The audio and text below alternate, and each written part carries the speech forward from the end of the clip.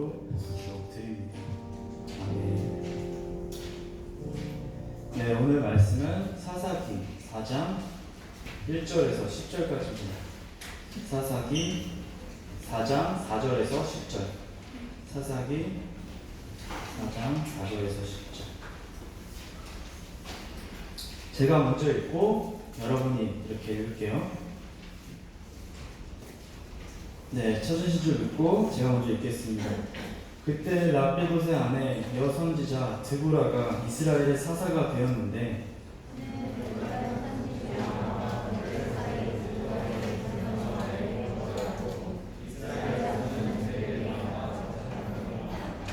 드보라가 사람을 보내어 아비노함의 아들 바락을 납달리 게데스에서 불러다가 그에게 이르되 이스라엘의 하나님 여호와께서 이같이 명령하지 아니하셨느냐 너는 납달리 자손과 스불론 자손 만 명을 거느리고 다볼산으로 가라.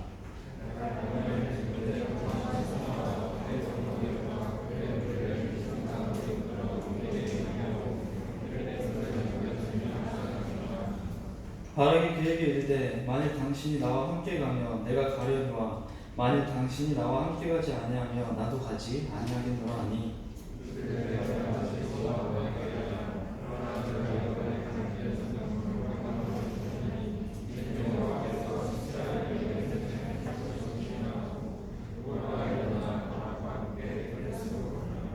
네, 우리 10절 다 같이 함께 읽겠습니다.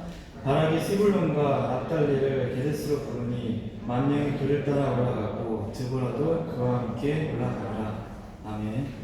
네, 먼저 오늘 우리가 읽은 말씀을 목사님이 어떤 내용인지 간단히 설명해 주고 그 다음에 오늘 말씀에서 나오는 그 인물들을 중심으로 본문 속에서 하나님이 하고자 하시는 말씀과 지금 여기 있는 우리에게 하고자 하시는 하나님의 말씀이 무엇인지 살펴보려고 합니다. PPT 넘겨주세요. 그 900이라고 만 써있는 거 있어요. 네, 여러분 900이라는 숫자 만인데요. 오늘 말씀에서 누가 900이고 누가 만이냐면 다음 PPT를 넘겨주세요. 이거 한번 다 같이 읽어볼게요. 우리 시작. 네, 야빌 왕은 철병거 900대가 있다고 합니다. 자, 또 넘겨주세요. 네, 다 같이 한번 읽어볼게요. 시작.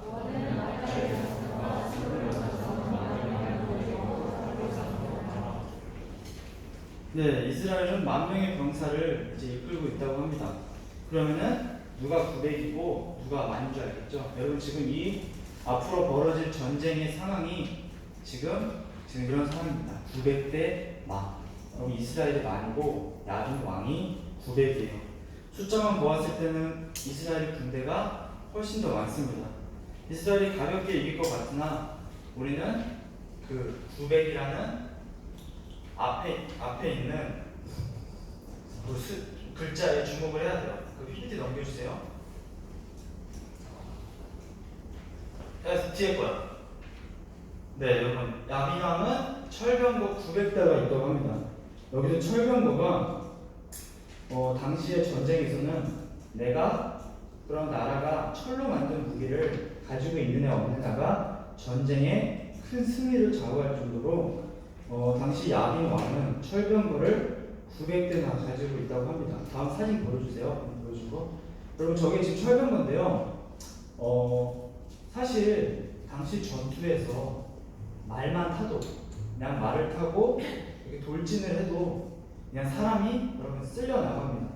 그냥 내가 뭐 검을 들고 있든 그냥 말을 타고 있는 사람이 그런 수백 마리의 말들이 다가 이렇게 달려오면은 그냥 사람이 쓸려 나가는 거예요. 그런데 그런 말들을 이렇게 2마리나 달고 그 다음에 거기에 철 병거를 동시에 이렇게 이끌고 오는 그 모습 속에서 이스라엘은 절망을 합니다.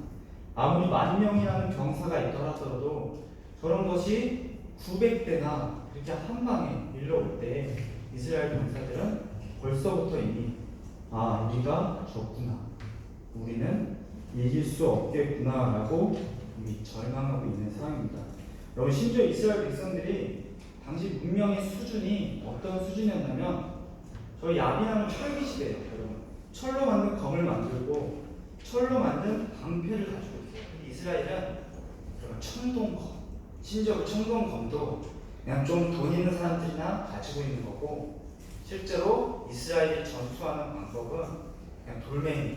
여러분 다윗이 골리앗을 쓰러뜨릴 때 사용했던 물맷돌 있죠?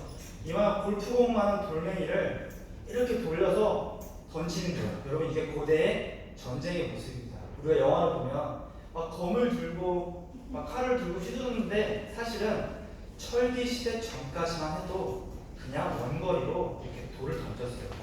왜냐하면 굳이 다가갈 필요가 없어요. 그런데 철기 시대가 오면서 저 야빈 왕이 군대가 철 방패를 들고 이렇게 오니 아무리 돌멩이를 던져도 그냥 상대가 되지 않는 겁니다. 그래서 이스라엘은 이렇게 기술, 무기의 차이도 나고 군사가 더 있음에도 저런 철병거리를 이끌고 오는 가나안 왕 야빈에게 계속해서 절망을 하고 있는 상황입니다. 그런데 이 상황이 전혀 되지 않은 상황 속에서 하나님이 이스라엘 백성들을 가나안 왕 야빈으로부터 구해내기 위해서 여러분 사사 드보라를 세우십니다. 근데 드보라는 이 사사 중에 여러분 유일한 여성입니다. 당시 여성은 아무런 힘도 없는 그런 자입니다. 존재 자체가 부정당하는 사람입니다. 듣기로는 당시 이름도 제대로 부르지 못할 만큼 여성은 그런 존재였어요. 목사님이 뭐 여성 차별을 하는 게 아니고 당시에는 여성이 정말 아무런 힘도 없는 그런 상징으로 사람들에게 인식이 됐다는 것입니다. 그런데 이런 아무런 힘도 없는 여성을 하나님이 사용하십니다. 그러면 하나님이 이러한 아무런 힘도 없는 여성을 사용하십니다. 그러면 대체 하나님은 왜 당시 사람들에게 인정받지도 못하고 이름도 제대로 없는 여성을 사사로 사용하셨을까라는 의문이 들 수 있습니다. 여러분이 실제로 오늘 본문을 계속 보면서 앞으로도 드보라에 대해서 볼 거지만 여러분 드보라가 전쟁에서 한 거는 아무것도 없어요. 그냥 군대 장관 불러가지고 당신 전쟁 나가라 이렇게 한 거밖에 없어요. 여러분 드보라가 칼 한 번 쥐어보지도 않고 사실 전쟁에 대해서 잘 아는 사람도 아니에요. 그런데도 불구하고 하나님은 그를 사용하십니다. 여러분 당시 드보라보다 똑똑하고 잘나고 전쟁에 대해서 더 잘 아는 사람이 없어서 드보라를 가르치셨을까요?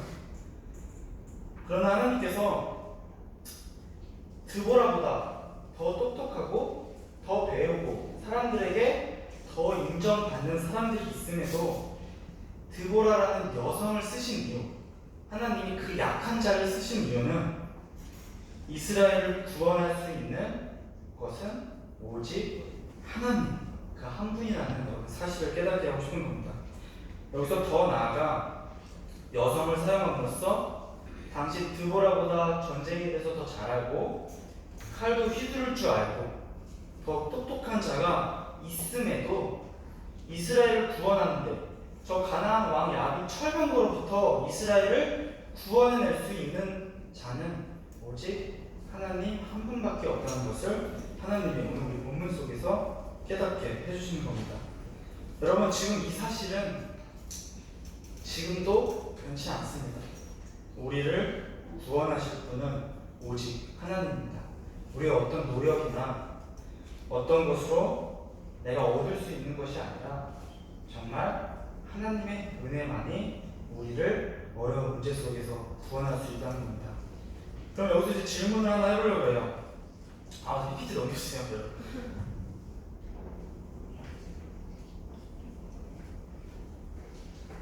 PPT 그 드보라 사진 보여주세요. 철근과 다음. 네, 이거 아까 목사님이 설명을 깜빡했는데요. 여러분 여성 사사 드보라가 당시에 선지자로서의 역할도 하지만 지금 여성 판사와 같이 백성들의 문제들, 고민거리들, 그런 어려움들을 이렇게 재판해주는 역할도 하고 있는 자였습니다. 자, 다음 넘겨주세요. 그럼 여러분 이제 이런 질문을 하나 있습니다. 여러분 우리를 구원하실 수 있는 분이 하나님이에요. 근데 우리의 어떤 노력이나 우리의 어떤 행위로 우리가 착한 일을 한다고 이 구원을 얻을 수 있는 것이 아닙니다. 이 구원을 얻을 수 있는 방법은 오직 하나님의 은혜예요. 근데 그 하나님의 은혜, 여러분 교회를 다니다 보면 사실 오늘 하루만 있다 보면 그 은혜라는 단어를 수십 번은 들을 수 있습니다. 교회에서 은혜를 주시옵소서. 하나님 나에게 은혜를 부어주시고 이 시간 하나님의 은혜가 함께하는 시간이 되게 하소서라고 이렇게 수십 번을 얘기하는데, 그럼 대체 그 은혜가 무엇인가를 한번 살펴보려고 합니다. 그러기 위해서는 오늘 드보라 말고 우리가 한 명 더 사람을 살펴봐야 합니다. PPT 넘겨주세요.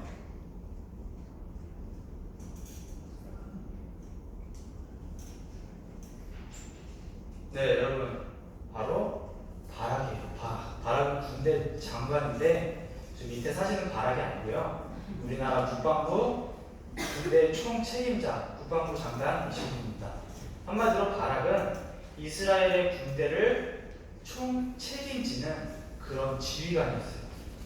군인들을 모두 다스리는 그런 책임자로서의 제 역할을 맡고 있는 사람이 바로 바락입니다. 근데 여러분 오늘 말씀에서 드보라가 나와요.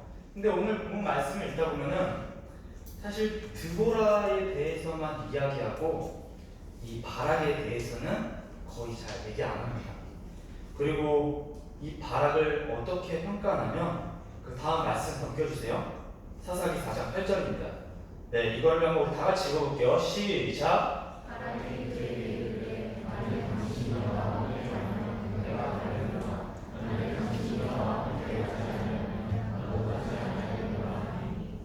네, 그러면 이 구절을 보면서 사람들의 바락을 어떻게 평가하냐면 되게 용기가 좀 부족한 사람, 좋게 말하면, 좀 심하게 말하면 여자 뒤에나 숨는 찌질한 남자, 이렇게 봅니다.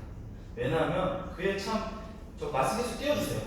말씀 보면은 바락이 그에게 이르되, 여기서 그는 드보라입니다. 여러분 드보라에게 이렇게 말해요. 바락이 드보라 여자에게, 군대 총책임자예요. 여러분 총책임자가 당신이 나와 전쟁에 함께 가지 않으면 나 전쟁에 안 나가겠다. 당신이 무조건 함께 있어야 내가 전쟁에 나가겠다고 바락이 여러분 이렇게 말하고 있는 겁니다. 여러분 이 얼마나 되게 자존심 상하는 일입니까? 얼마나 되게 한심해 보이고 찌질해 보입니까? 여러분 우리만 이렇게 보는 게 아니라 당시 사람들이 바락을 어떻게 받겠어요? 저 드보라 여자한테 가서 당시 아무것도 아닌 여성에게 힘을 빌린다? 군대의 총책임자가 전쟁의 전자도 모르는 사람에게 칼 한 번 휘둘러 보지도 않는 사람에게 가서 당신이 함께 가지 않으면 나도 안 가겠다, 이렇게 말하고 있는 겁니다.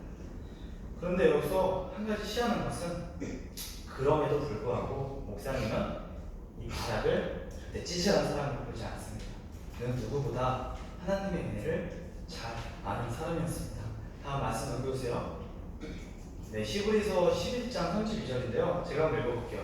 내가 무슨 말을 더하리요? 기드온, 바락, 삼손, 입다, 다윗 및 사무엘과 선지자들의 일을 말하려면 내게 시간이 부족하리이다 라고 말합니다.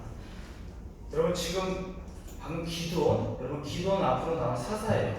그 다음에 기드온 다음에 바락, 그 다음에 삼손. 여러분 삼손도 사사입니다. 기드온과 삼손, 이 두 사사 사이에 여러분 바락이 들어가 있어요. 분명 오늘 말씀에서 주인공은 드보라 같은데 아무 힘도 없는 그런 사람을 쓰신 하나님이 이제 보여주신 드보라가 주인공인 것 같은데, 바락이 여러분 떡하니 있습니다. 여러분 히브리서 11장은 믿음의 장이에요. 믿음이 무엇이고 믿음으로 사는 사람들이 어떠한 모습으로 이 세상을 살아왔는지에 대해서 평가하고 정리 내리고 있는 장이 히브리서 11장이에요. 한마디로 하나님을 잘 믿는 사람을 히브리서 11장에서 보여주고 있다는 말입니다. 그런데 11장은 지금 바락이 여러분 들어가 있습니다. 그 찌질해 보이는 바락이. 여자 뒤에나 숨는 바락이 지금 히브리서 11장에 믿음의 사람으로 언급되어 있는 것입니다. 그럼 대체 왜 그가 11장에 있는가를 알아보기 전에 다음 구절 넘겨주세요. 네, 이거 우리 한번 친구들 다 같이 읽어볼게요. 시작.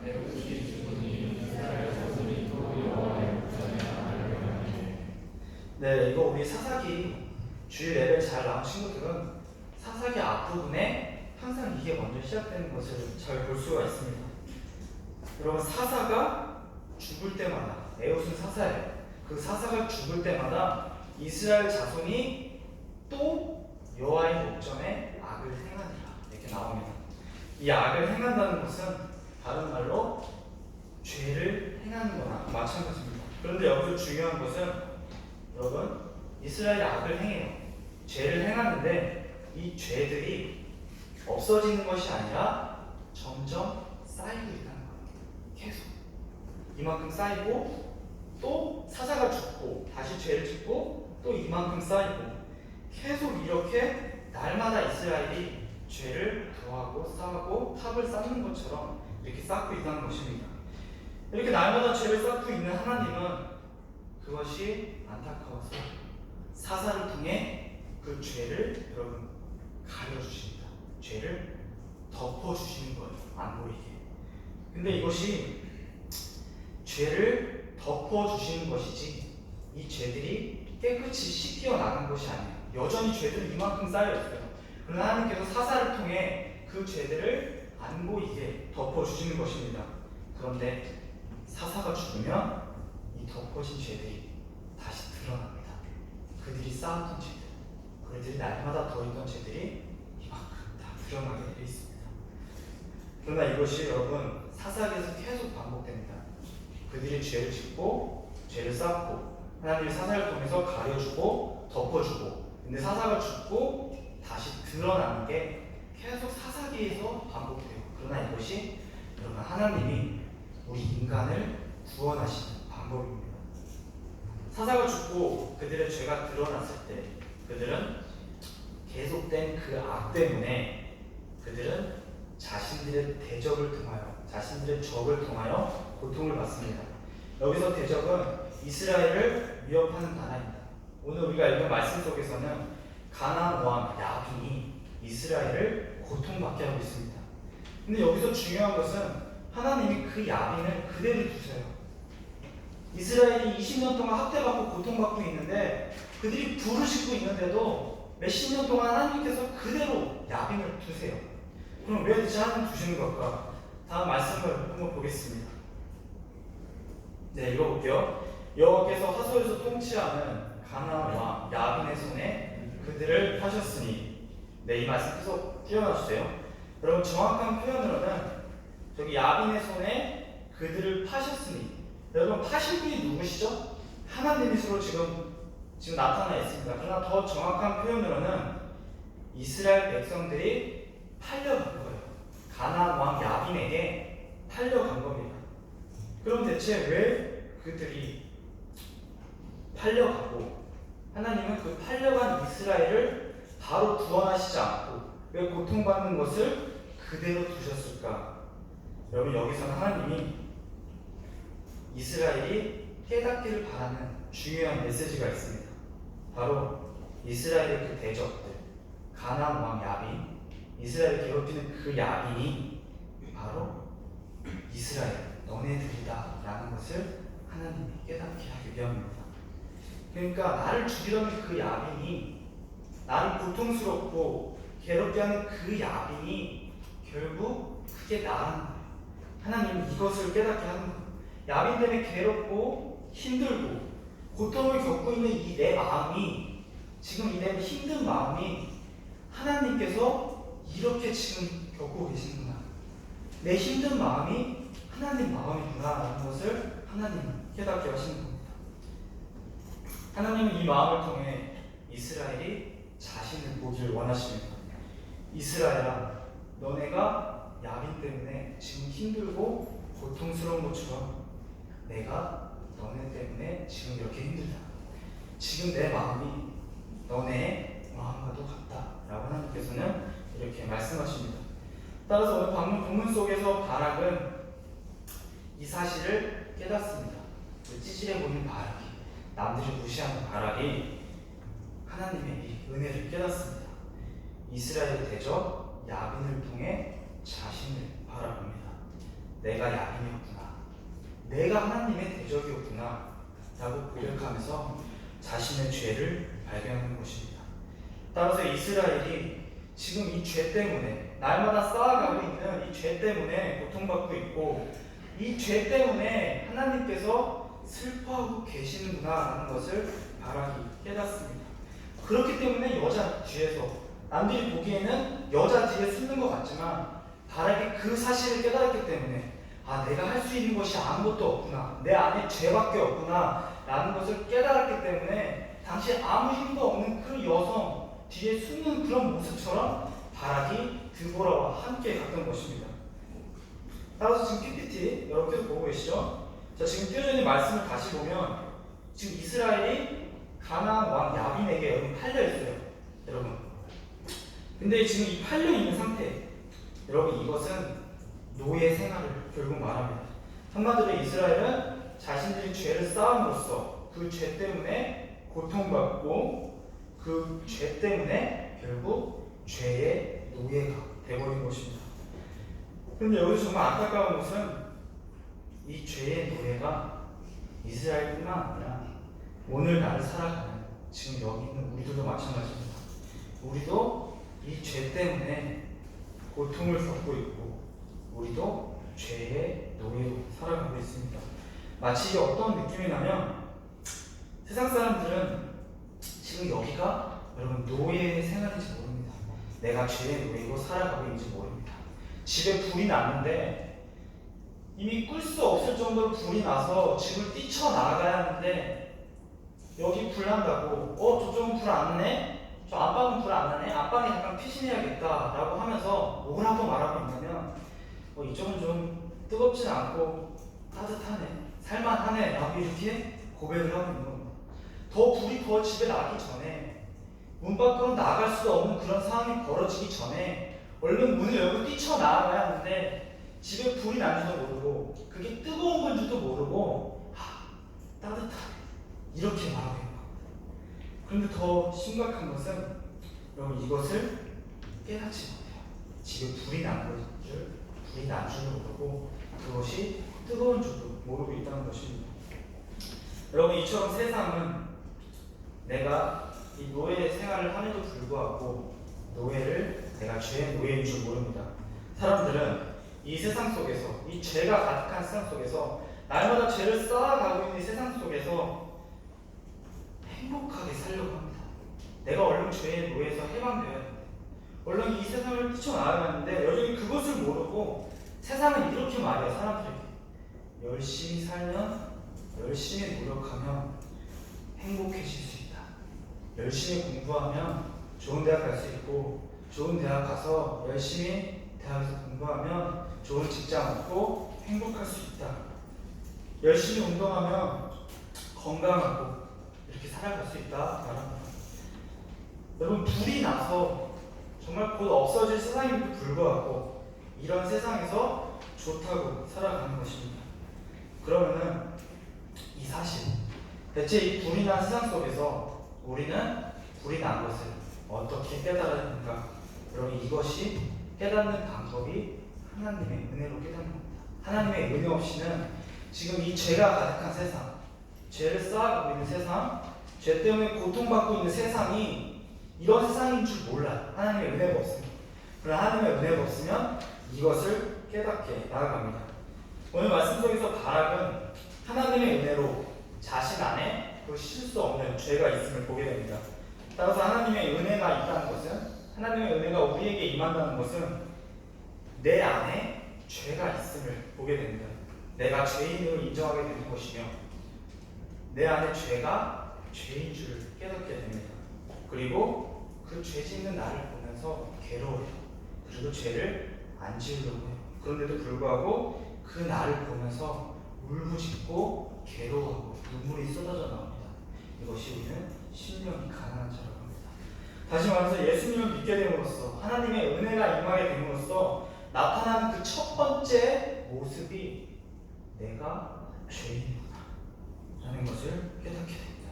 내가 죄인이기 때문에 예수님이 십자가에서 죽으셨구나 라는 것을 내 입으로 고백합니다.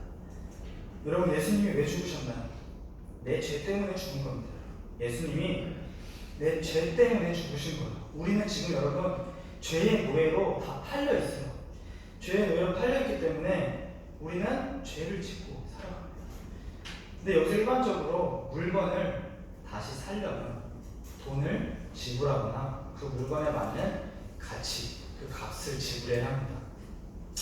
때문에 하나님은 그 죄의 노예로 팔려간 그 우리를 위해서, 우리를 다시 사기 위해서 인간들은 상상도 할 수 없는 그 방법인 하나님의 아들을 예수 이 땅에 보내서 십자가를 지게 하십니다. 그가 우리 대신 죽음으로써 우리가 이 땅에서 죄의 노예로 해방되어진 것입니다. 따라서 예수님을 믿는 사람들은 더 이상 죄의 노예가 아닙니다. 하나님이 더 이상 죄인이 아니라 의인이라 불러주신 겁니다. 이제 말씀을 마치겠습니다. PPT 넘겨주세요. 네, 마지막 말씀 우리 다 같이 힘차게 읽어보겠습니다. 시작. 네, 우리는 여러분 죄가 가득하고 죄를 날마다 쌓아가고 있는 여러분 세상 속에서 살아가고 있습니다. 때문에 우리는 여전히 죄를 짓고 살아갑니다.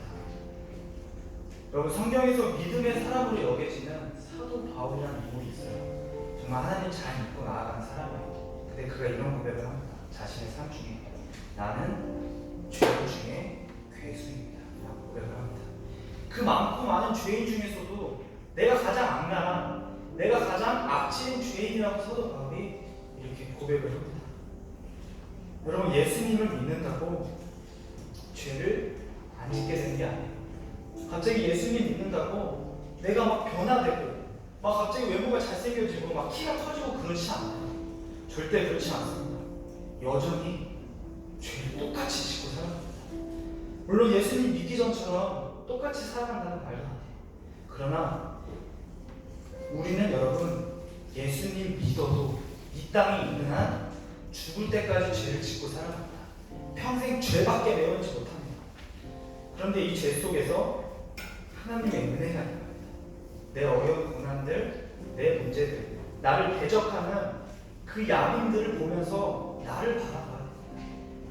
하나님, 나 공부하는데 너무 힘들어요. 시험 때문에 너무 힘들고, 부모님 잔소리 때문에 너무 힘들고, 친구 문제 때문에 너무 힘들어요. 너무 괴로워요. 너무 마음이 아파요. 이런 속에서 여러분 우리가 하나님께서 깨닫길 바라시는 그 마음은 너의 그 마음이 지금 나의 마음으로 같다. 너의 문제를 통해서 나를 바라보고 너의 자신을 바라보고 너의 그런 힘든 삶의 원인이 무엇인지 깨달아라. 여러분, 이것이 하나님께서 우리에게 말씀하십니다. 여러분, 내 안에 죄를 보게 되고 우리가 죄인임을 깨달았을 때, 그리고 우리는 누구를 보냐면 십자가에 달리신 예수님을 바라봅니다. 그 예수님을 바라보면서 내가 해야 되는 고백, 여러분 개개인이 해야 되는 고백은 내가 예수님 죽게 했습니다. 내가 예수님 환자입니다. 내가 예수님 십자가에 못 박았습니다. 내가 그런 자입니다 라는 그 고백이 내 입술로 나와야 되는 겁니다. 그리고 그런 나를 위해서 내가 여전히 죄인임에도, 내가 하나님 믿음에도 죄를 짓고 살아감에도 우리가 좌절하지 말 것은 예수 믿는 우리를 그 하나님이 자녀라고 불러주십니다. 변치 않는 사실입니다. 내가 여전히 죄를 짓지만, 여전히 하나님 앞에 부끄럽게 살아가지만, 내가 예수님을 주인으로 고백할 때 주님께서 내 죄를 덮어주시고 우리를 끝까지 사랑하십니다. 그래서 방금 읽은 베드로전서 말씀처럼 사랑은 허다한 죄를 덮는 자라고 합니다. 여러분, 사랑은 예수님의 사랑입니다. 예수님의 사랑만이 우리 죄를 덮을 수 있습니다. 우리 우리를 끝까지 사랑하시고 우리를 지금도 이끌어 가시는 그 하나님의 은혜, 그 하나님의 사랑을 깨닫는 여러분 되길 간절히 소망합니다. 이 시간 우리 찬양합시다. 우리를 사랑하시기 때문에 우리에게 은혜를 부어주시고 그리고 그 은혜를 통하여 우리의 죄를 보게 해주신 그 하나님을 찬양하기 원합니다.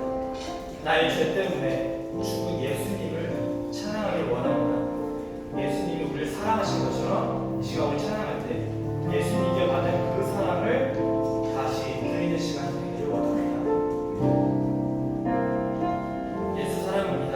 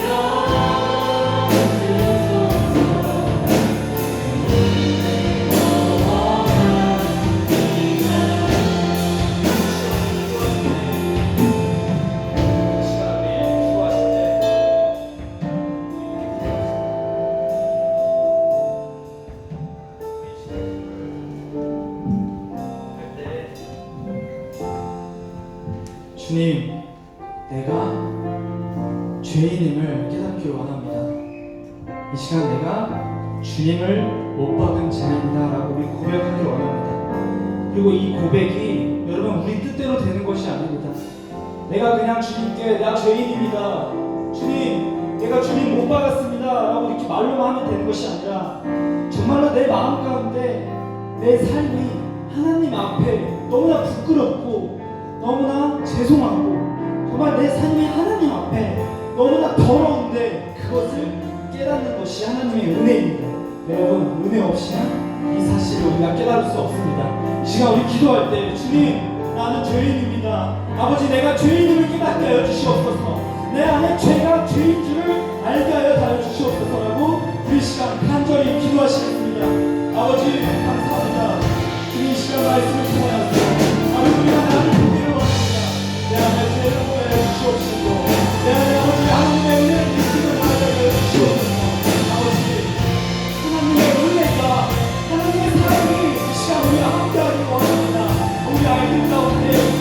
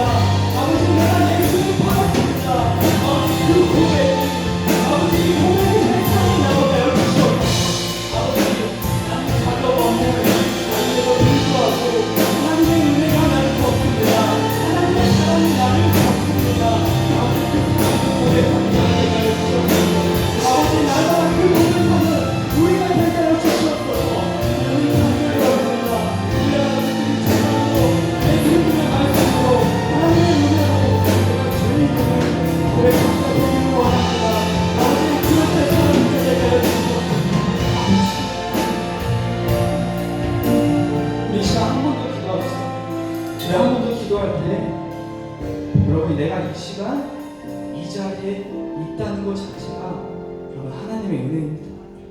오늘 비도 오고 너무 오기 짜증날 수도 있지만 그럼에도 불구하고 내가 지금 이 자리에 있는 게 여러분 하나님의 은혜입니다.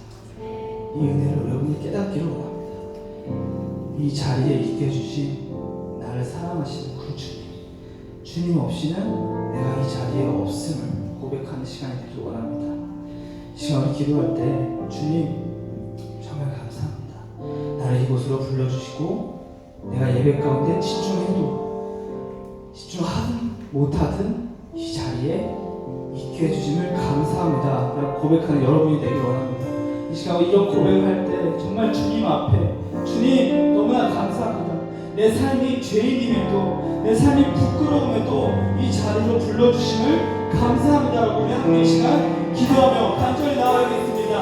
아버지 너무나 이 아이들 이곳으로 불러주시고 아버지 귀한 시간 아버지께 예배드릴 수 있게 해주심을 감사합니다. 하나님께 예배할 수 있게 해주심을 감사합니다. 아버지 내가 오늘 이곳에서 하나님께 집중하지 못한다면 아버지 우리 다음 예배 가운데 집중하게 해주시고 오늘 다음 예배 속에서 하나님 만나시면 하나님의 은혜를 느끼는 시간이 되게 해주시옵소서. 나의 이 자리 가운데 하나님의 은혜가 임하여 주시옵소서. 내 주님의 고백이 내 삶 가운데 나타나게 해주시옵소서. 아버지 나의 세워주시고 하나님 은혜 주시고 있습니다. 아버지 오늘 부족한 아이들도 우리 어린 하나님의 저를 주님께서 사랑해주시고 이 자리 굳게 나아가게 하여 주시옵소서.